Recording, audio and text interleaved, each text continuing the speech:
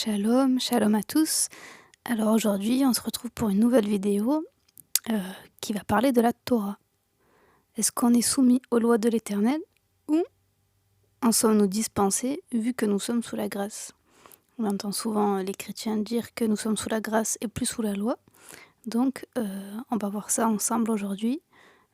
C'est quand même le sujet le plus important de notre siècle et l'erreur que tous les croyants font le plus dans le monde. Donc ça va être une vidéo un peu longue et très importante et je vous invite à rester concentré et à la suivre jusqu'au bout.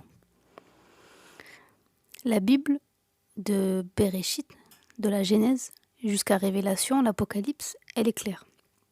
La loi n'a jamais été abolie et concerne tous ses enfants. On peut lire dans le Premier Testament, le psaume 119-160, « Le fondement de ta parole est la vérité, et toutes les lois de ta justice sont éternelles. » Proverbe 28-9, « Qui détourne son oreille pour ne pas écouter la loi, sa prière même est une abomination. » Donc ici, on voit que les lois d'Adonai sont éternelles, que sa parole est la vérité, et il ne peut pas avoir d'abolition de ses lois, c'est impossible. Et que ceux qui se détournent de sa loi, Elohim considère leur prière comme une abomination. Donc là, les mots sont très durs, il faut l'entendre, il faut le comprendre et l'accepter. C'est quand même quelque chose d'énorme qui est écrit là. C'est-à-dire que si vous rejetez sa loi, Dieu rejette vos prières. On retrouve aussi dans le Premier Testament. Donc je dis Premier Testament parce que l'appellation Ancien Testament est une erreur doctrinale. Hein. C'est justement ce qui nous a mené aujourd'hui à l'apostasie. Mais on aura l'occasion d'en reparler. Donc dans Ésaïe 42, tu vois beaucoup de choses, mais tu n'y prêtes pas attention. Tu ouvres tes oreilles, mais tu n'écoutes pas.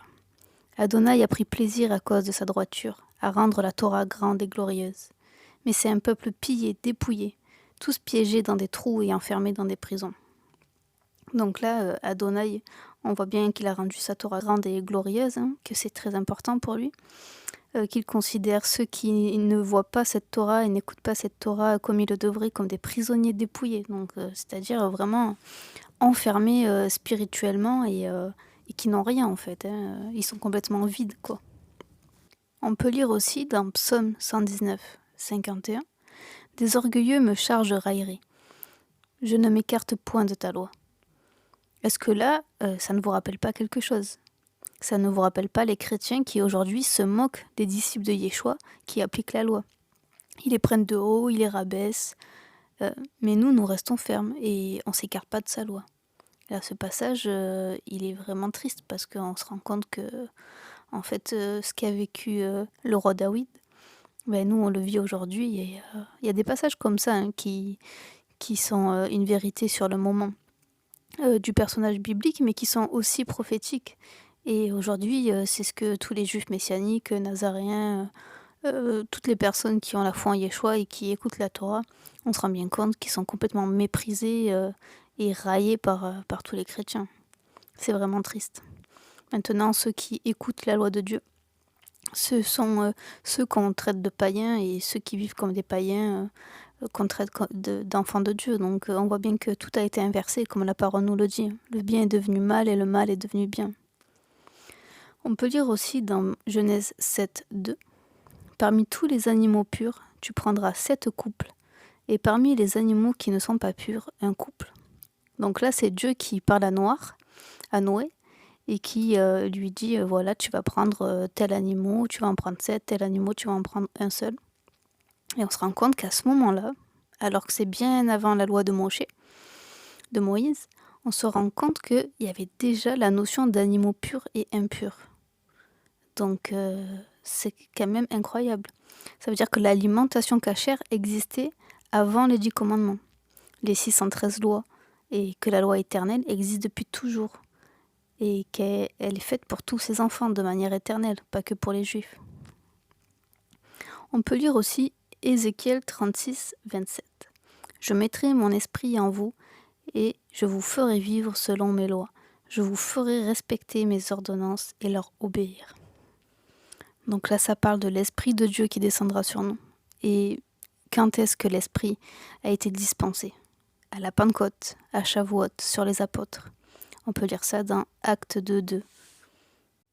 Soudain, un son vint du ciel, comme le rugissement d'un vent violent, et il remplit toute la maison où ils étaient assis. Puis, ils virent ce qui leur semblait être des langues de feu. Elles se séparèrent et vinrent se poser sur chacun d'eux. Ils furent tous remplis du Saint-Esprit et commencèrent à parler en différentes langues, selon ce que l'Esprit leur permettait d'exprimer. Donc là, dans Ézéchiel, la prophétie d'Adonai explique qu'il fera descendre son esprit en nous, et ça dans le but de nous conduire à observer sa loi. C'est bien écrit, je mettrai mon esprit en vous et je vous ferai vivre selon mes lois. Et les chrétiens nous expliquent tous qu'ils sont baptisés du Saint-Esprit, qu'ils ont l'esprit en eux, que l'esprit les guide, mais qui les guide à ne pas observer la loi, à rejeter la Torah, à se conduire comme des païens, qui seraient rebelles à l'Éternel et à ses commandements. Donc les chrétiens piétinent cette prophétie pour en faire finalement ce qui les arrange, ce que leur chair et leur tradition d'homme les guident à faire. Et l'esprit vous conduira toujours vers sa loi. Donc si ce n'est pas le cas, c'est que ce n'est pas l'esprit de l'Éternel qui vous guide, mais vos traditions, votre chair, ou parfois un esprit impur. Là, vraiment, cette prophétie d'Ézéchiel, elle est indiscutable. Ensuite, nous avons aussi un passage qui ressemble à celui-là, Jérémie 31, 33. Car voici l'alliance que je ferai avec la maison d'Israël. Après ces jours, dit Adonai, je mettrai ma Torah en eux et je l'inscrirai sur leur cœur. Je serai leur Dieu et ils seront mon peuple. C'est merveilleux. Qui n'a pas envie d'être le peuple de Dieu, d'être considéré comme son enfant? Et pour rappel, je l'ai dit dans ma première vidéo sur le Shabbat, que je vous invite à voir si vous ne l'avez pas encore vu. Israël, ce n'est pas les Juifs. Israël, c'est effectivement les Juifs, mais aussi les nations qui sont greffées sur Israël. Donc quand Dieu dit « Car voici l'alliance que je ferai avec la maison d'Israël », il parle aussi de nous. Ça, il faut bien le comprendre, c'est super important. Depuis le commencement, Adonai a toujours dit que sa Torah soit observée par tous ceux qui voulaient devenir son enfant. Tous ceux qui voulaient devenir disciples du Messie Yeshua ensuite. Puisqu'on rappelle que Yeshua est le Dieu d'Israël. On peut lire dans Psaume 119, 141, « Je suis petit et méprisé, mais je n'oublie pas tes commandements. Ta justice est juste à jamais. Ta Torah est vérité. Je suis dans la détresse, l'angoisse me saisit, mais tes mitzvot font mes délices. » Donc là, il dit quand même « Ta Torah est la vérité », la David. Et ça nous rappelle Jean 14,6, où Yeshua dit « Je suis le chemin, la vérité, la vie. Nul ne vient au Père que par moi. » Donc dans la Bible, nous apprenons que la Torah est la vérité et que Yeshua est la vérité. Donc l'Éternel place sa Torah et Yeshua au même titre de vérité. Nous savons aussi que la parole s'est faite chair, dans Jean 1,14. Et il est clair que Yeshua est la Torah incarnée. Ainsi, si Yeshua est le chemin vers le Père, la Torah l'est aussi. D'ailleurs, on peut voir dans le psaume 119.1 qu'il est question de marcher dans le chemin de la Torah, justement. Heureux ceux qui sont intègres dans leur chemin, qui marchent selon la loi de l'Éternel. On voit aussi dans Deutéronome que de respecter la Torah de l'Éternel, c'est choisir la vie. Deutéronome 30,15. Regarde, je mets aujourd'hui devant toi la vie et le bien, ou la mort et le mal. En effet, je te prescris aujourd'hui d'aimer l'Éternel ton Dieu, de marcher dans ses voies et de respecter ses commandements, ses prescriptions et ses règles, afin de vivre et de te multiplier. Et pour finir cette démonstration du lien entre la Torah et Yeshua, ils sont tous les deux cités comme la lumière. Jean 8,12, et Yeshua leur parla de nouveau et dit « Je suis la lumière du monde ». Ensuite, dans Ésaïe 51,4, on peut voir « Mon peuple, sois attentif, ma nation, prête-moi l'oreille, car la Torah sortira de moi et j'établirai ma loi pour être la lumière des peuples. »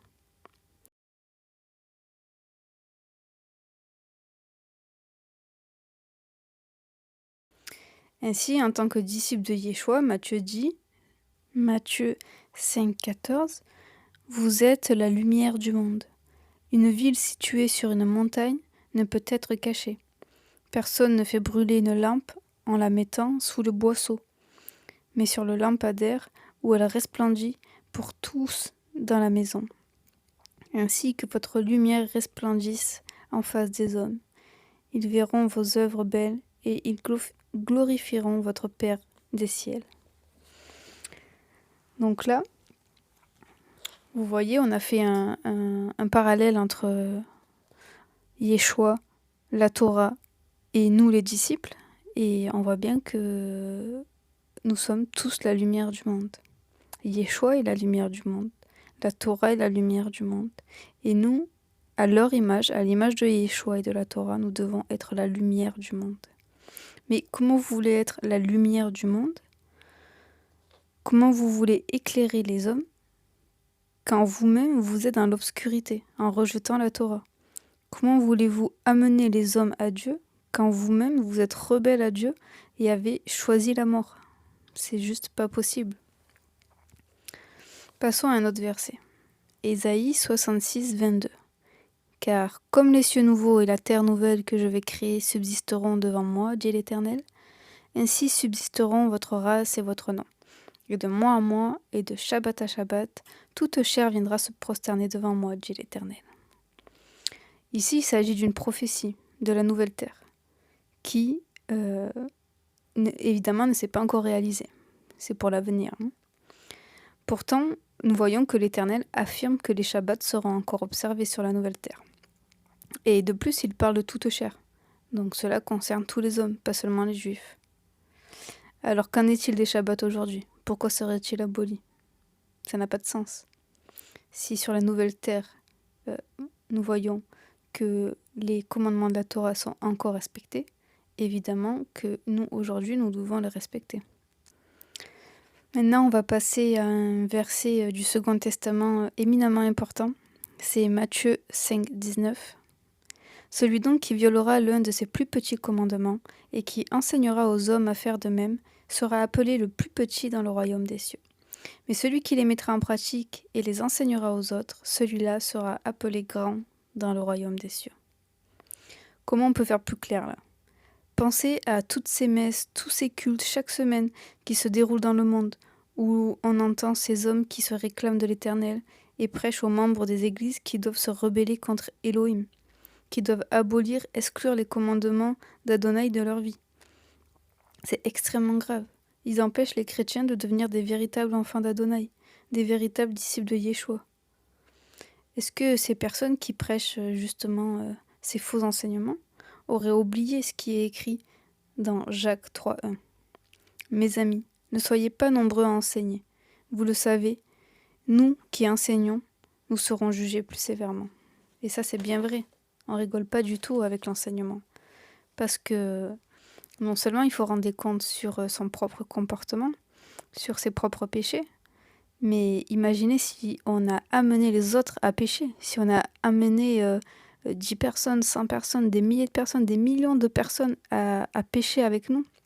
Alors là, le jour du jugement sera terrible. Et je pense que les membres des églises ont oublié aussi 2 passages importants. C'est Matthieu 7, 23.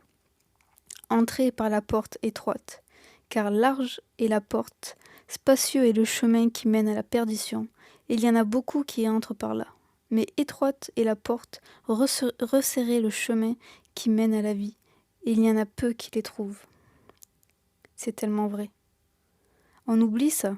On pense, oh ben, il y a 2 milliards de chrétiens dans le monde, les 2 milliards vont être sauvés. Pas du tout. Mais si vous saviez, si vous seulement vous arriviez à comprendre le sens de la parole de Dieu, vous serez forcément effrayé, parce que vous auriez conscience qu'en fait, ce large chemin est un des chemins de la perdition, et que le chemin pour être l'épouse de Yeshua est vraiment, vraiment très petit. Et ça, on peut aussi le prouver avec Philippiens 2,12. Ainsi, mes bien-aimés, comme vous avez toujours été obéissants, travaillez à votre salut avec crainte et tremblement. Alors, il faudrait m'expliquer si tous ceux qui en foi en Yeshua, en Jésus, sont sauvés, pourquoi on doit craindre et trembler pour notre salut?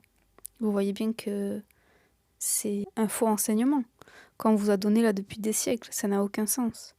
Si on doit craindre et trembler, si on doit travailler pour notre salut, c'est bien que notre salut n'est pas automatique, comme nous enseigne le christianisme. Notre salut, c'est pas quelque chose qu'on obtient automatiquement parce qu'on croit en Yeshua. Vous savez, les démons aussi croient, et ils ne seront pas sauvés. On vous a prêché pas de salut hors de l'Église catholique, c'est complètement faux. Non seulement le salut ne dépend pas d'une dénomination, d'une institution, mais en plus, comment une Église qui vous amène à abolir le Shabbat, les fêtes de l'Éternel, tous les commandements, à avoir des représentations des idoles, peut-elle vous mener vers le salut? Faut être un peu sérieux. On vous a prêché l'hypergrâce, que la simple foi en Yeshua sauve et que vous pouvez rester des véritables païens, c'est complètement faux. Sinon, quel serait le sens de ce verset? Que ce soit le chemin étroit ou le travail pour son salut, ces deux versets, Matthieu 7,13 et Philippiens 2,12, nous rappellent que nous devons nous sanctifier. Nous devons nous attacher à observer la Torah. On va maintenant voir Matthieu 12,50. Car quiconque fait la volonté de mon Père qui est dans les cieux, celui-là est mon frère, et ma sœur, et ma mère. Comment vous voulez faire partie de la famille de Yeshua sans vous soumettre à la volonté du Père, à sa loi? Pourtant, c'est clair dans ce verset. Ceux qui font partie de la famille de Dieu, ceux qui font partie de la famille de Yeshua, ce sont ceux qui font la volonté du Père. Voyons maintenant Romains 2,13. Parce que ce ne sont pas ceux qui écoutent la loi qui sont justes devant Dieu, mais ce sont ceux qui observent la loi qui seront justifiés. Vous ne pouvez pas fermer les yeux sur cette évidence. Nulle part dans la Bible il est enseigné que nous pouvons être sauvés par la foi en Yeshua tout en continuant à pécher sciemment. Shaoul, Paul, le dit clairement. Ce sont ceux qui observent la loi qui seront justifiés. Satan lui-même ne croit-il pas en Yeshua, en Dieu?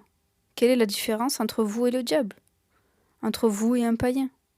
La différence doit se trouver dans l'amour que vous avez pour Dieu. Et comment montrer son amour envers Dieu? En aimant son prochain comme soi-même? Vous allez me dire, pas seulement, ça ne suffit pas. Nous avons la réponse dans 1 Jean 5,3. Car l'amour de Dieu consiste à garder ses commandements, et ses commandements ne sont pas pénibles. Voilà, l'amour de Dieu. Quand Yeshua cite l'amour de Dieu, c'est pas « Oh Seigneur, je t'aime, je t'aime ». Il faut des preuves d'amour. Quelles sont ces preuves d'amour? Suivre ses commandements. Jean 15,10. Si vous gardez mes commandements, vous demeurez dans mon amour, de même que j'ai gardé les commandements de mon Père et que je demeure dans son amour. Quels sont les commandements là? Ce sont toujours les mêmes, ça n'a jamais changé, il s'agit toujours de la Torah. Le christianisme essaye de vous mentir, de vous faire croire qu'il y a plusieurs commandements, plusieurs lois, que certaines sont pour nous, certaines sont pour les juifs, certains ont été abolis. C'est complètement faux. Jean 14,15. Si vous m'aimez, gardez mes commandements. L'amour et la loi sont toujours unis dans la Bible. Et respecter ces commandements, ça vous guidera vers la sanctification, vers l'amour de Dieu, vers l'amour de son prochain. Mais sans la loi, vous allez stagner. Vous n'aimerez jamais Adonai comme il se doit. Sans la Torah, vous laissez une emprise au diable dans votre vie. Et vous refusez de devenir enfant de Dieu. Vous pensez l'être, mais malheureusement, vous n'êtes pas enfant de Dieu, puisque vous faites entièrement partie de ce passage qui est très violent et que je pense les chrétiens sous-estiment et vraiment ne se rendent pas compte à quel point ce verset a été écrit pour eux. Matthieu 7,21. Ceux qui me disent Seigneur, Seigneur n'entreront pas tous dans le royaume des cieux, mais celui-là seul qui fait la volonté de mon Père qui est dans les cieux.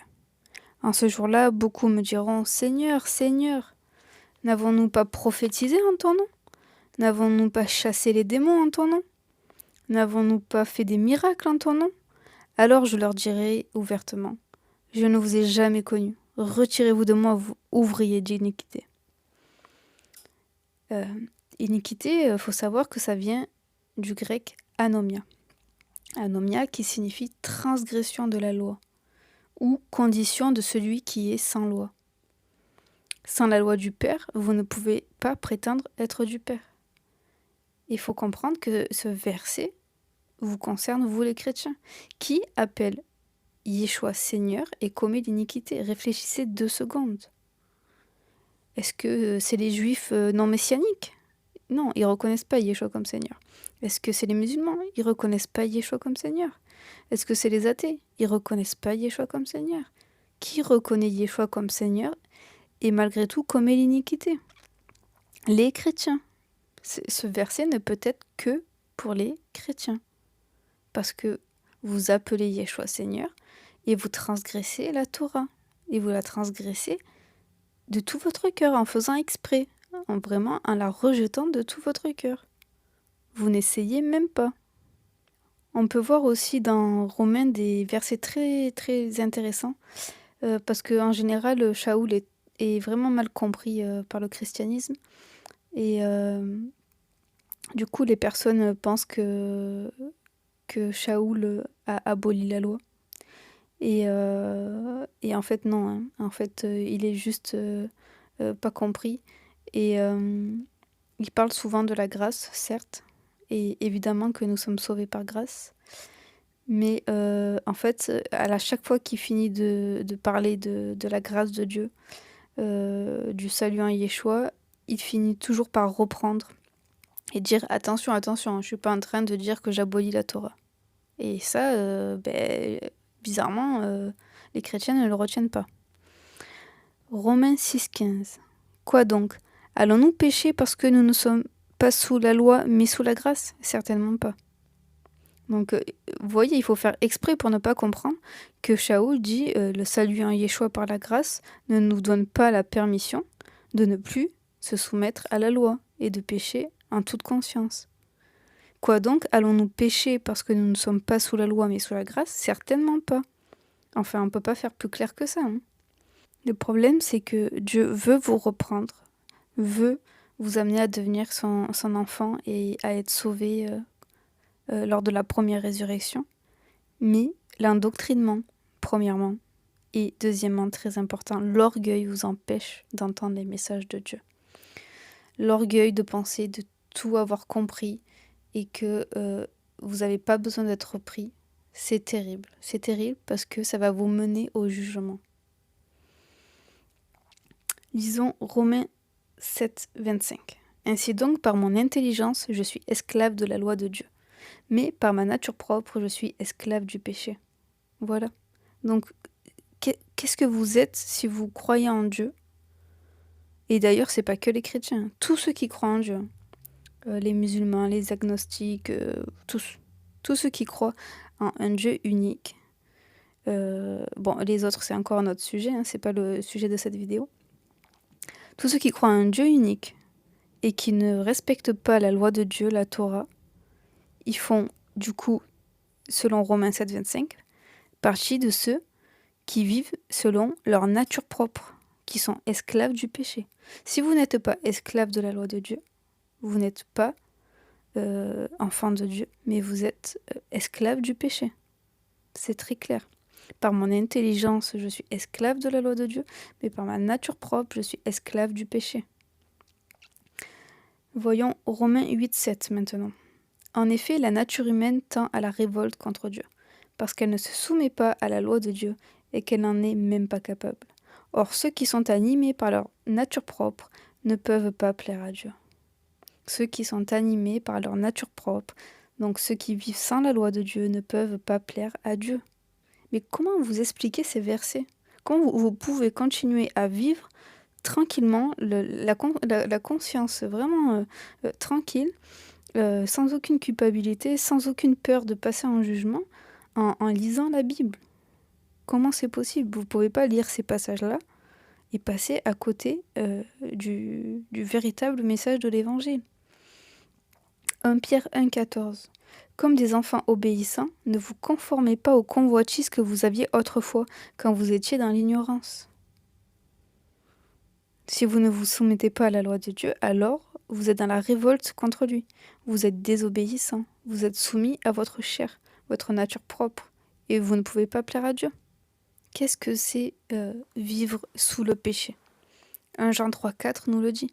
Quiconque pêche transgresse la loi. Et le péché est la transgression de la loi. On en revient toujours, toujours, toujours au même. Le péché, c'est transgresser la loi. On ne peut pas faire plus simple à comprendre. En grec, d'ailleurs, c'est tout aussi clair. C'est amartia esti anomia. Amartia, ça veut dire ce qui est mal, violation de la loi divine, péché. Esti, c'est et anomia, condition de celui qui est sans loi. Parce qu'il est ignorant ou parce qu'il la viole, transgresser la loi. Donc, au final, ça fait ce qui est mal et celui qui est sans la loi de Dieu. Donc vous voyez, même quand on cherche dans le grec, c'est tout aussi clair que dans le français. Rien ne sert de tergiverser dans tous les sens pour modifier la parole d'Adonai, elle est claire et précise. D'ailleurs, si vous devez vraiment retenir un verset pour la compréhension de la clé du salut, c'est Apocalypse 14,12. C'est ici la persévérance des saints, qui gardent les commandements de Dieu et la foi de Yeshua. Comment vous voulez faire partie des saints en ayant seulement la foi en Yeshua, sans garder les commandements? Ça sert à rien de nier l'évidence.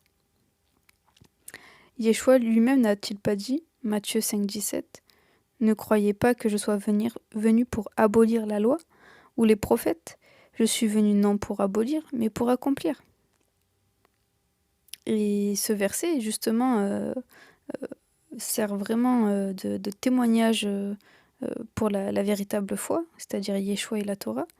C'est vraiment un verset qui va à l'encontre du christianisme, et pourtant ils sont toujours contents de te citer ce verset. Ah non, il n'a pas aboli, il a accompli. Mais accomplir, ça ne veut pas dire rendre caduc, ça ne veut pas dire abolir. Abolir, en grec, c'est kataluo. Donc abolir en grec, c'est kataluo. Ce qui veut dire détruire, démolir, amener au néant. Voilà. Donc il n'est pas venu détruire, démolir, amener au néant. Amener au néant ou rendre caduque la Torah. Il est venu accomplir. Accomplir en grec, c'est pléro. Pléro, faire abonder, compléter, remplir jusqu'au sommet. On voit bien qu'il ne s'agit pas du tout d'annuler la loi ou la rendre caduque, mais au contraire, même de la compléter.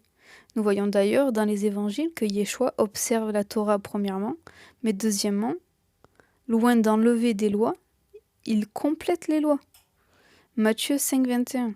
Vous avez entendu qu'il a été dit aux anciens, tu ne tueras point, mais moi je vous dis que quiconque se met en colère contre son frère mérite d'être puni.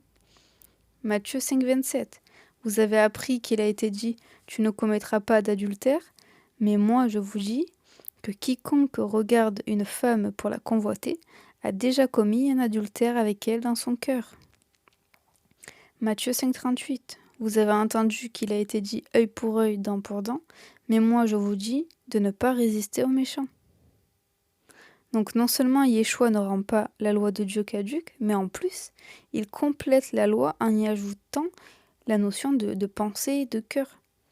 Car évidemment, les juges ne pouvaient pas juger les juifs selon leurs pensées qu'ils n'entendaient pas, mais seulement sur leurs actes. Et Yeshua est venu du coup amener une autre manière, une autre compréhension de la loi, mais sans jamais la contredire. On peut aussi parler un court instant de l'Antéchrist et de 2 Thessaloniciens 2,3, qui est un passage intéressant. Là, je vais vous lire la version parole vivante. Donc c'est « Il faut qu'apparaisse l'homme sans foi ni loi, destiné à la perdition, le mal incarné. » Ou plus couramment, on peut trouver l'homme d'iniquité. L'homme sans foi ni loi, ici c'est amartia, ce qui est mal. Et on a vu précédemment dans Jean 3,4, qu'est-ce qui est armatia? C'est être sans loi, être anomia. D'ailleurs, dans d'autres versions grecques, nous trouvons anomia et non amartia. Nous voyons donc que celui que vous connaissez sous le nom d'Antéchrist est en fait l'homme sans Torah, l'homme sans loi. Et du coup, il faut vous demander, votre vie, est-ce qu'elle ressemble à celle de Yeshua, l'homme parfait qui observait la Torah parfaitement, ou est-ce qu'elle ressemble à l'Antéchrist, qui est l'homme sans Torah, qui vient pour faire tout l'inverse de la Torah, qui vient prêcher aux hommes de s'éloigner de la Torah de Dieu? Votre vie, elle ressemble à laquelle? Je vais vous parler maintenant de Acte 15-19. C'est pourquoi je suis d'avis qu'on ne crée pas de difficultés à ceux des païens qui se convertissent à Dieu, mais qu'on leur prescrive de s'abstenir des souillures des idoles, de l'impudicité, des animaux étouffés et du sang. Car depuis bien des générations, Mosché a dans chaque ville des gens qui le prêchent, puisqu'on le lit tous les jours de Shabbat dans les synagogues. Donc ici, Shaoul parle des nouveaux convertis d'origine païenne, qui ne connaissent pas la Torah puisque non juifs de naissance. Et pour éviter de leur imposer les 613 lois, les 613 mitzvot d'un seul coup, ce qui est impossible. Tu ne peux pas passer de païen à israélite du jour au lendemain, faire les 613 lois de la Torah, c'est juste inhumain. Il faut du temps pour que Dieu nous forme. Alors, Shaoul préconise de commencer par s'éloigner des idoles, de l'impudicité, de ne plus manger de sang et d'animaux étouffés. Et ce qui est pour lui déjà un bon commencement, puisqu'il sait que à chaque Shabbat, la loi de Moïse, la loi de Moshe, la Torah est enseignée et qu'ils auront rapidement l'occasion d'entendre les autres commandements et donc de les mettre en pratique au fur et à mesure. Et ça c'est pareil, c'est un passage, je ne sais pas comment on peut le lire sans se poser la question. Pourquoi les apôtres donnaient aux païens nouveaux convertis des lois de la Torah à observer? Ça n'a pas de sens. Si on prend les dogmes chrétiens, ce passage n'a vraiment aucun sens. Et on se rend bien compte que si les nouveaux convertis qui n'avaient pas d'origine juive devaient créer une nouvelle religion et n'avaient rien à voir avec la Torah, les apôtres ne se seraient pas embêtés à essayer de leur apprendre la Torah. Et je pense que là, c'est vraiment clair et il faut se réveiller, quoi. Ce passage de la Bible aurait vraiment aucun sens si Shaoul pensait que la loi avait été abolie et que les disciples de Yeshua d'origine païenne ne devaient pas observer la loi. Après, concernant ces 4 lois qu'il préconisait au début pour les jeunes convertis, bon, il y a différentes compréhensions et comme s'abstenir du sang, ça peut être aussi s'abstenir de rapports sexuels avec son partenaire, sa partenaire quand elle a ses règles, quand elle est dans ce qu'on appelle la nida. Mais bon, c'est pas le sujet de la vidéo, donc on va pas aller plus loin. Mais là, ce qui est le seul truc important, voilà, c'est de se rendre compte qu'il y avait des commandements de base les plus importants à accomplir pour les nouveaux convertis. Et que après, à chaque Shabbat, ils venaient pour apprendre un peu plus de la Torah et se sanctifier, hein.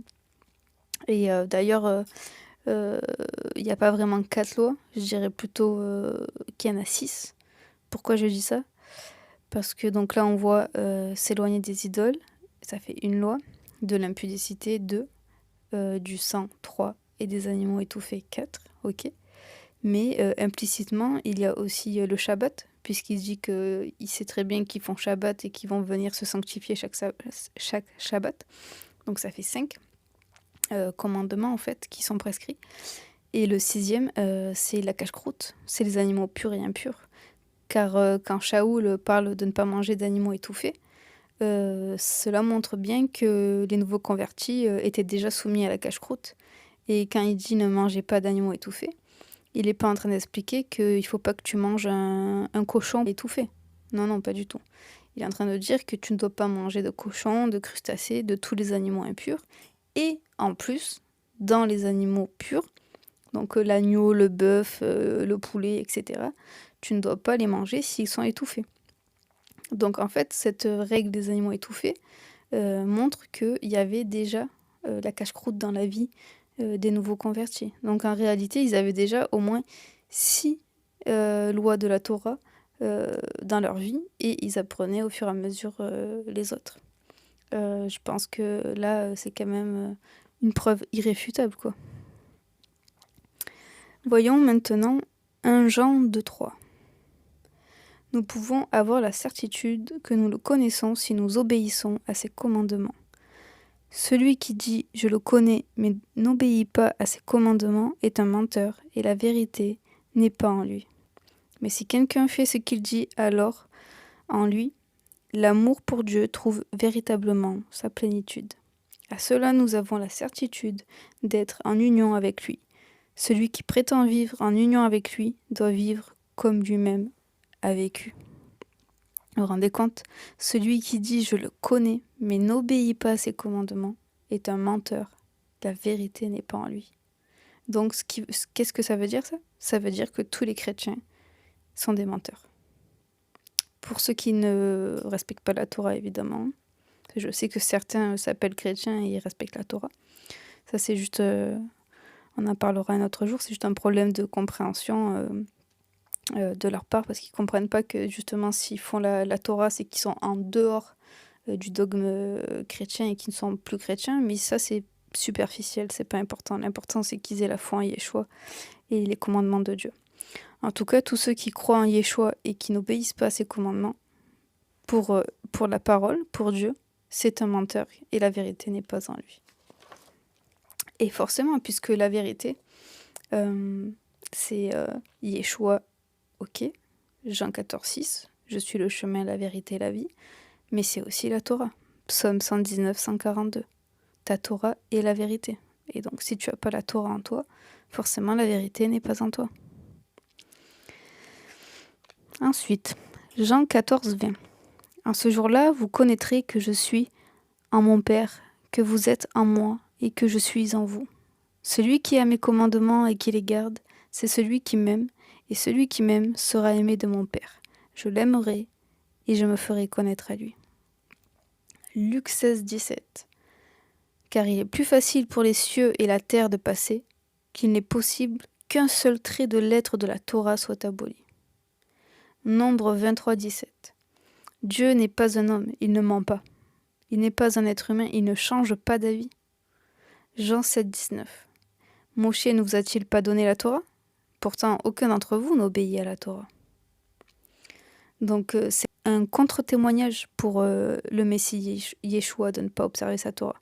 Car évidemment, un soi-disant Messie qui déclare « vous pouvez manger du porc » ou bien la loi est caduque, c'est une ignominie. Les Juifs ont raison de rejeter un tel Messie. Sauf que le christianisme a menti, déformé la parole du Seigneur Yeshua et la parole des apôtres du coup. Ils n'ont jamais prêché l'abolition de la Torah. Lorsque l'Église catholique s'est imposée de force dans le monde avec des meurtres et des conciles antisémites, à ce moment-là, ils forçaient les Juifs à se soumettre au catholicisme et pour prouver leur conversion, les Juifs devaient manger du porc. Et vous vous rendez compte, ce qui faisait vivre aux Juifs, il leur disait « Maintenant tu manges du porc, montre-nous que tu détestes la loi de Dieu ». C'est vraiment horrible ce que le christianisme a fait. Ils se sont attaqués au peuple d'Adonai, mais aussi au Shabbat et à toute la Torah. Ils ont effacé toute racine hébraïque de Yeshua et de la Bible. Ils ont guidé les disciples de Yeshua vers l'apostasie. Ce sont plus que des païens sans loi. Et tout cela sera jugé évidemment par l'Éternel. Tout le mal que le christianisme a fait, forcément, ça passera en jugement et on aura l'occasion de parler aussi du fait que le christianisme est la grande prostituée de l'Apocalypse. Mais vous voyez les versets que je viens de vous lire. Enfin, c'est quand même dramatique de ne pas les comprendre. Il est plus facile pour les cieux et la terre de passer qu'il n'est possible qu'un seul trait de lettre de la Torah soit aboli.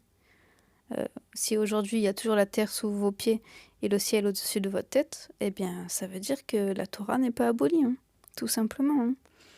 Et quand dans Nombre on vous dit que Dieu ne change pas d'avis, eh bien il a créé sa Torah pour qu'on la respecte, il n'a pas changé d'avis. Voyons maintenant un verset qui plaît beaucoup aux chrétiens, qui est pour eux la preuve que la Torah est abolie. Il s'agit de Romains 2, 29. Mais le vrai juif l'est intérieurement, et la vraie circoncision est celle du cœur. Donc la circoncision du cœur pour les chrétiens, c'est une sorte de notion d'amour assez vague où on n'aurait rien à faire, aucun effort. Et le fait que là, Shaoul parle de circoncision du cœur et non de circoncision de chair, pour eux c'est la preuve que la Torah a été abolie. Pourtant, si on lit le passage entièrement, donc si on remonte à peine quelques versets plus haut, voilà ce que l'on trouve. Romains 2, 25. En effet, la circoncision n'a de valeur que si vous faites ce que la Torah prescrit. Mais si vous êtes des transgresseurs de la Torah, votre circoncision devient incirconcision. Par conséquent, si un homme incirconcis garde les ordonnances justes de la Torah, son incirconcision ne sera-t-elle pas comptée pour circoncision ? Effectivement, l'homme qui est physiquement incirconcis, mais qui obéit à la Torah, se tiendra comme un jugement contre toi, qui a fait la circoncision et dont la Torah est marquée dans la chair, mais qui la transgresse. Donc vous voyez, une fois de plus, malheureusement, des enseignements chrétiens qui sont une manipulation. Il suffit en fait de lire honnêtement parfois les passages pour le trouver. D'autres fois, je reconnais que c'est plus compliqué, qu'il faut aller chercher dans le grec, dans l'hébreu, avoir aussi une connaissance historique du contexte. Mais parfois, il y a même pas besoin de ça. Parfois, il suffit juste d'ouvrir ses yeux honnêtement. Et là, vous voyez, 4 versets plus haut, Shaoul vous explique qu'est-ce que c'est la circoncision du cœur. La circoncision du cœur, c'est d'observer la Torah. Ce qu'il est en train de dire, c'est que si un homme qui n'a pas été circoncis à son 8e jour, qui vient pas du peuple hébreu, qui est d'origine païenne, et qui se convertit au Dieu d'Israël, et qui se met à observer la Torah, et c'est pas parce qu'il n'est pas circoncis que Dieu va le rejeter. Et au contraire, lui, il vaudra mieux devant Dieu qu'un juif qui est circoncis, mais qui rejette la Torah. Et donc là, vous voyez bien que la circoncision du cœur, en fait, c'est observer les commandements de Dieu. Donc c'est vraiment pas la bonne manière de le comprendre, de penser l'inverse, hein, que la circoncision du cœur est l'abolition de la Torah, alors que c'est écrit noir sur blanc l'inverse. Hein. Pour être circoncis du cœur, il faut obéir à la Torah. Est-ce que vous obéissez à la Torah ? Non. Alors vous n'êtes pas circoncis du cœur, alors vous ne faites pas partie d'Israël comme branche greffée, alors vous ne faites pas partie de l'église de Yeshua, alors vous n'entrez pas dans le chemin étroit. Il faut vraiment, pour votre bien, pour le bien de votre âme et de votre salut, vraiment pour que vous puissiez passer l'éternité aux côtés de Dieu d'une manière certaine, il faut vraiment arrêter de modifier le sens des Écritures. Dieu est en train de ramener ses enfants au commencement, aux origines, comme les premiers disciples. Il veut que nous ayons la foi en Yeshua et que l'on garde ses commandements de Dieu. Et c'est pour ça d'ailleurs qu'on trouve dans 1 Corinthiens 7, 19, la circoncision n'est rien, l'incirconcision n'est rien, mais l'observation des commandements de Dieu est tout. Alors là c'est une réponse incroyable et irréfutable à ce Romain de 29 qui a été détourné par les chrétiens. Là, on voit bien que c'est exactement ce que j'expliquais il y a quelques minutes. Le fait d'être circoncis ou non, ce n'est pas ça qui va compter, mais c'est l'application du reste de la Torah, en fait, l'observation des commandements. L'observation des commandements de Dieu est tout. Tout. C'est-à-dire que si vous n'observez pas les commandements de Dieu, vous n'avez rien. Des fois, pour comprendre un passage de la Bible, comprendre la force, la puissance du message, amusez-vous à l'écrire à l'inverse, à le dire à l'inverse. C'est-à-dire là, l'observation des commandements de Dieu est tout. Donc, qu'est-ce que ça veut dire ? Ça veut dire que si vous n'observez pas les commandements de Dieu, vous n'avez rien. C'est quand même une image qui est très percutante. Ça donne à réfléchir. On peut parler aussi d'un autre verset qui a été modifié dans son sens original et qui est très intéressant, c'est Actes 21, 21. Donc voilà comment c'est écrit dans vos Bibles. Or, voici ce qu'on leur a déclaré. Tu enseignerais à tous les Juifs qui vivent au milieu d'autres peuples la nécessité d'abandonner Moshe. Donc en fait, le contexte, c'est Shaoul, Paul, qui apprend ce qu'on dit de lui.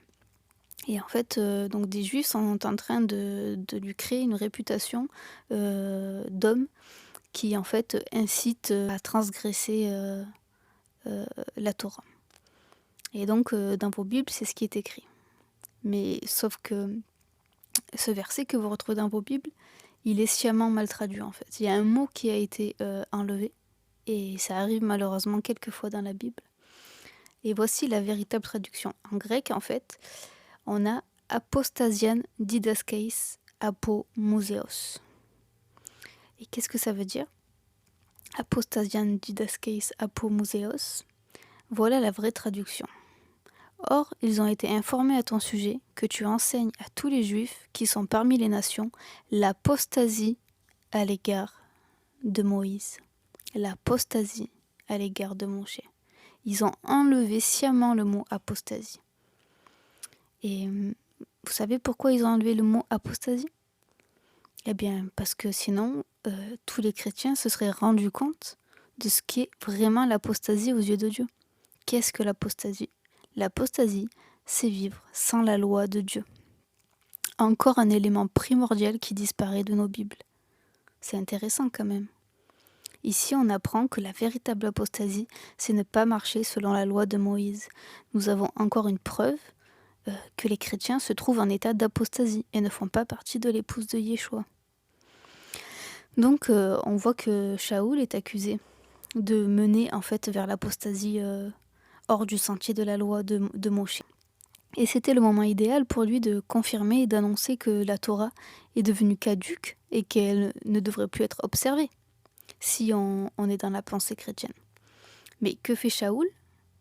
Il ne fait pas ça du tout. Il n'annonce pas que la loi est devenue caduque, mais au contraire, il met tout en place pour prouver que c'est faux, que les on-dit qu'on entend sur lui sont complètement faux, et que les Juifs et les convertis doivent respecter la Torah. Puisqu'on lit après dans la suite, actes 21-24. Ainsi tout le monde saura qu'il n'est rien des rumeurs qu'ils ont entendues à ton sujet, mais que toi aussi tu marches droit gardant la Torah. Donc voilà, on voit bien que Shaoul n'avait rien à se reprocher, a voulu prouver justement à tout le monde qu'il respectait toujours la Torah et que jamais de la vie il apprendrait aux autres autour de lui à ne pas respecter la Torah, et donc il a tout mis en place pour ça. Et puis on a vu avant, concernant justement les païens nouveaux convertis qui avaient du mal à respecter toute la Torah, on a vu juste avant qu'il a écrit une lettre avec les autres apôtres pour leur apprendre à respecter quelques lois de base en attendant d'apprendre les autres. Nous ne sommes pas des hypocrites, nous ne sommes pas des enfants du diable, nous aimons Dieu et donc nous faisons de tout notre cœur la Torah qui est une bénédiction pour nous, qui n'est pas une malédiction pour nous, mais qui est la vérité, qui est la lumière.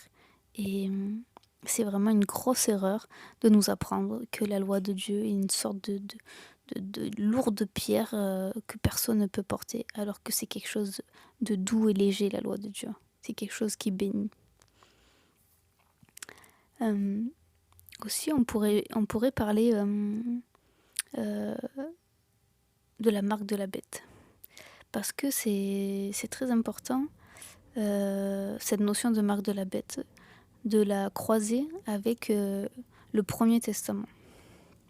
On peut voir dans Deutéronome 6, à propos des commandements de Dieu, « Tu les liras comme un signe sur tes mains, et ils seront des frontaux entre tes yeux. » Entre les yeux, en fait, c'est une référence à la pensée. Les mains, quant à elles, se réfèrent à l'action. Donc ça signifie penser et observer les commandements de Dieu. Et voilà pourquoi, ce n'est pas un hasard, la marque de la bête, elle est placée comme ceci. Apocalypse 13-16, elle fait mettre une marque sur la main droite ou sur le front. Parce que la marque de la bête, spirituellement, c'est ne pas avoir attaché à sa main et sa tête la loi de Dieu. Vivre hors de la loi de Dieu. Le fait donc de penser que la Torah est caduque et de décider de ne pas l'observer, vous fait penser et agir en étant non soumis à Dieu, mais au péché et à Satan. Donc, soumis à la marque de la bête. Comme par exemple, un des gros exemples du fait que vous êtes soumis à la marque de la bête et non à la loi de Dieu, c'est le dimanche au lieu du Shabbat. C'est le fait que maintenant les croyants se sont mis à adorer un jour païen plutôt que d'adorer le jour saint de Dieu. Vous pouvez retrouver cet enseignement sur le Shabbat. Et comme il est écrit dans Romains 7, 25, le passage qu'on a vu tout à l'heure, ainsi donc par mon intelligence je suis esclave de la loi de Dieu, mais par ma nature propre je suis esclave du péché. Voilà la marque de la bête. Voilà ce que c'est la marque de la bête. Ce qui ne signifie pas qu'il n'y aura pas du tout de marque physique, bien sûr, mais la base de la marque de la bête, est-ce que Dieu considère que vous êtes marqué de son sceau à lui ou du sceau à Satan? C'est est-ce que vous faites les commandements de Dieu ou est-ce que vous ne les faites pas? Et si vous ne faites pas les commandements de Dieu, c'est moi de vous dire que vous avez le sceau du diable et non le sceau de Dieu. Donc c'est super, super important. Tout est une question d'avoir ou non la vérité en soi.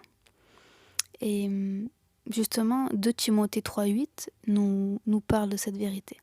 Et nous pouvons voir dans ce verset que le fait de s'opposer à la vérité est assimilé au fait de s'opposer à la loi de Moshe. De même que Janès et Jambres se sont opposés à Moshe, ces gens s'opposent à la vérité.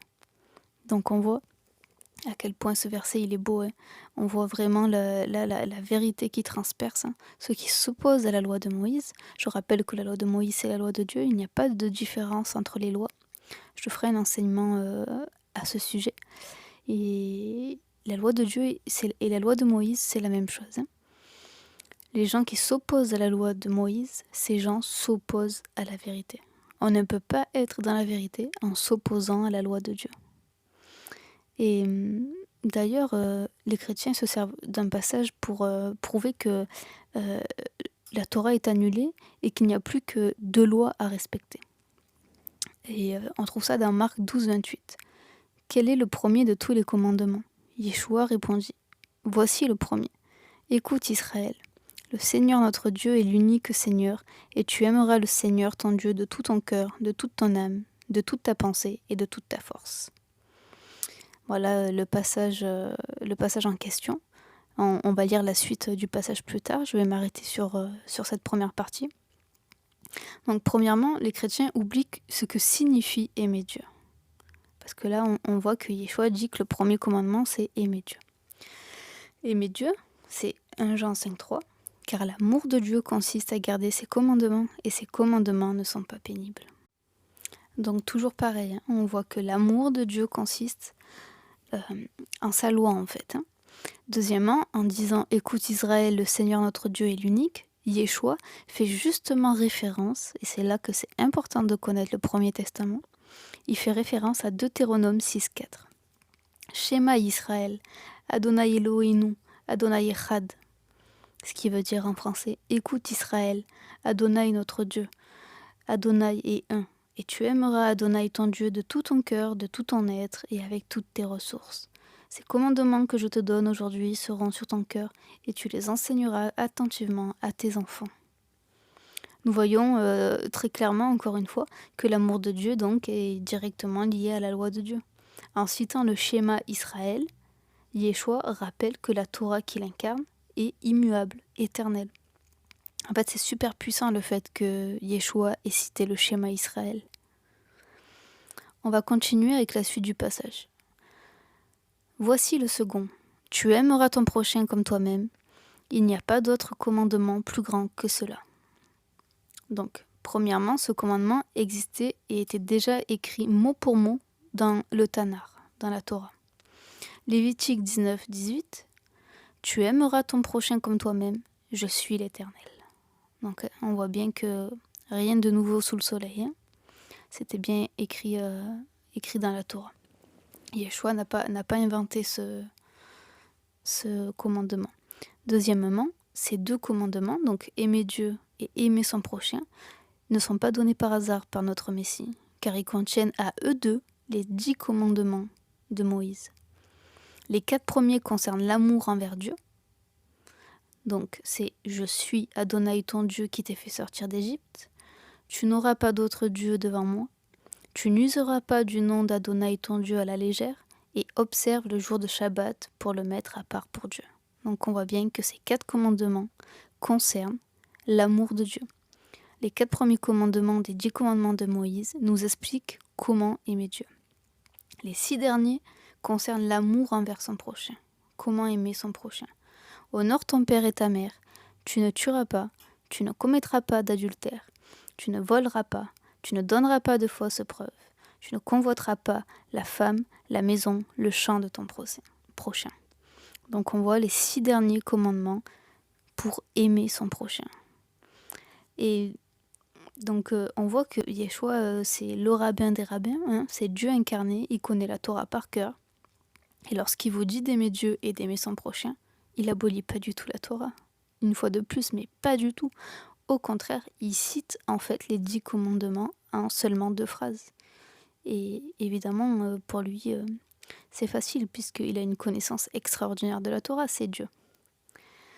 Aussi, nous savons que ces 10 commandements, justement cités par Yeshua, par ces 2 commandements, sont le résumé des 613 lois de la Torah. Donc Yeshua, loin de rendre caduque la loi, au contraire, il la proclame avec ces 2 commandements. En fait, c'est puissant parce qu'avec seulement 2 phrases, il proclame la puissance et l'importance de la Torah. Il y a 10 commandements sur les tablettes de Moshe. Et 10 en hébreu, c'est la lettre Yud. Le Yud, il faut savoir que nous le retrouvons justement dans la première lettre de Yeshua et de Yahweh.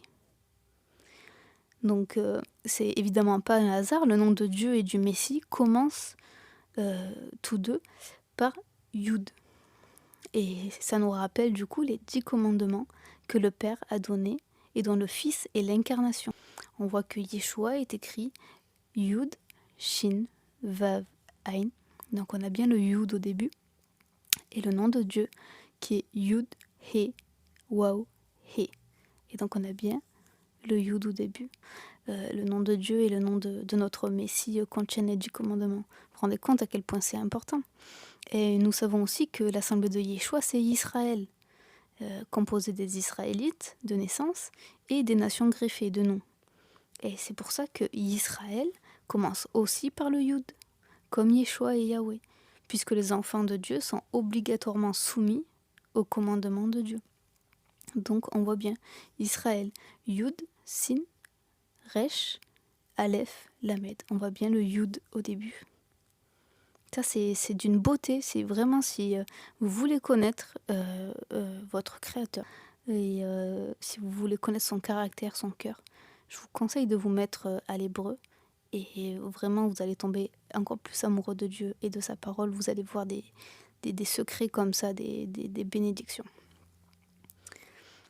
Dans Romains 11-17, on peut lire « Ainsi en est-il d'Israël, quelques branches ont été coupées, et toi, qui, par ton origine païenne, étais comme un rameau d'olivier sauvage, tu as été greffé parmi les branches restantes, et voici que tu as part avec elle à la sève qui monte de la racine de l'olivier cultivé. » Donc, on voit bien que nous devons nous greffer sur Israël, et non créer une nouvelle fausse religion comme le christianisme, l'islam ou quoi que ce soit d'autre, qui ont aboli la loi de Dieu. Le Yud d'Israël, ils ont complètement enlevé le Yud d'Israël. Si vous voulez être greffé à Israël et être sauvé, vous ne pouvez pas rester un païen sans loi. Vous devez honorer votre Dieu, votre Messie, et le Yud qu'il représente. Vous devez aussi faire honneur au Yud d'Israël, Israël dont vous êtes censé faire partie. Et pour terminer cette étude, j'aimerais parler du fait que Elohim a établi sa Torah pour être la lumière du monde et non des Juifs. Vraiment, la Torah, en fait, c'est vraiment la lumière de toute l'humanité. C'est vraiment la lumière de la création. Et la Torah, c'est pas simplement la lumière pour les Juifs. Et évidemment que c'est une lumière pour les Juifs, mais pas seulement. On peut lire dans Ésaïe 51,4 « Mon peuple, sois attentif, ma nation, prête-moi l'oreille, car la Torah sortira de moi. J'établirai ma Torah pour être la lumière des peuples. » Et vous voyez, dès le Premier Testament, c'est écrit « J'établirai ma Torah pour être la lumière des peuples. » C'est bien écrit des peuples. Et c'est pour ça que nous lisons dans 1 Jean 1,6, si nous disons « Nous sommes en communion avec lui, tout en marchant dans la ténèbre, nous mentons, nous ne pratiquons pas la vérité. » Qu'est-ce que c'est marcher dans la ténèbre? Sans vérité. C'est marcher sans la Torah qui est la lumière et la vérité. On se souvient, on a vu tout à l'heure, Psaume 119, 142, ta Torah est la vérité. Et Psaume 119, 105, ta parole est une lampe à mes pieds, une lumière sur mon chemin. Elohim nous prévient bien dans Éphésiens 5, 8. Alors vous étiez ténèbres, maintenant, lumière en Adon. Marchez comme des enfants de la lumière. Comment prétendez-vous être enfant de lumière quand vous rejetez la lumière de Dieu? Si vous rejetez sa lumière, vous êtes éloigné de lui. Selon ce qui est écrit dans Daniel 2, 22, lui, il découvre les profondeurs et les secrets. Il connaît ce qui est écrit dans la ténèbre. La lumière demeure en lui. Ainsi, en s'approchant de la Torah, sa lumière, on s'approche et demeure auprès de lui. Donc si j'ai un conseil à vous donner par amour pour vous, c'est vraiment rapprochez-vous de Dieu en vous rapprochant de sa Torah. Parce que la foi en Yeshua, sans faire comme lui, sans l'imiter dans sa vie, dans ses pas, lui qui est la Torah incarnée, qui n'a jamais péché, qui a toujours accompli la Torah, eh bien c'est vain. Si vous voulez être disciple de Yeshua, il faut l'imiter. Il faut avoir une vie à son image. Et c'est ce qui confirmera si vous êtes enfant de Dieu ou non. Et ça va jouer pour votre salut. Un de mes prochains enseignements sera sur le salut, la clé du salut, comment savoir si on va faire part ou non de la première résurrection. Et la Torah est déterminante. Si vous n'observez pas la Torah, vous n'aurez part au jugement. Donc là, c'est pas le sujet, j'en parlerai la prochaine fois. Mais réfléchissez bien à ça, priez. Donc soyez bénis et puis on se retrouve pour une prochaine vidéo. Shalom.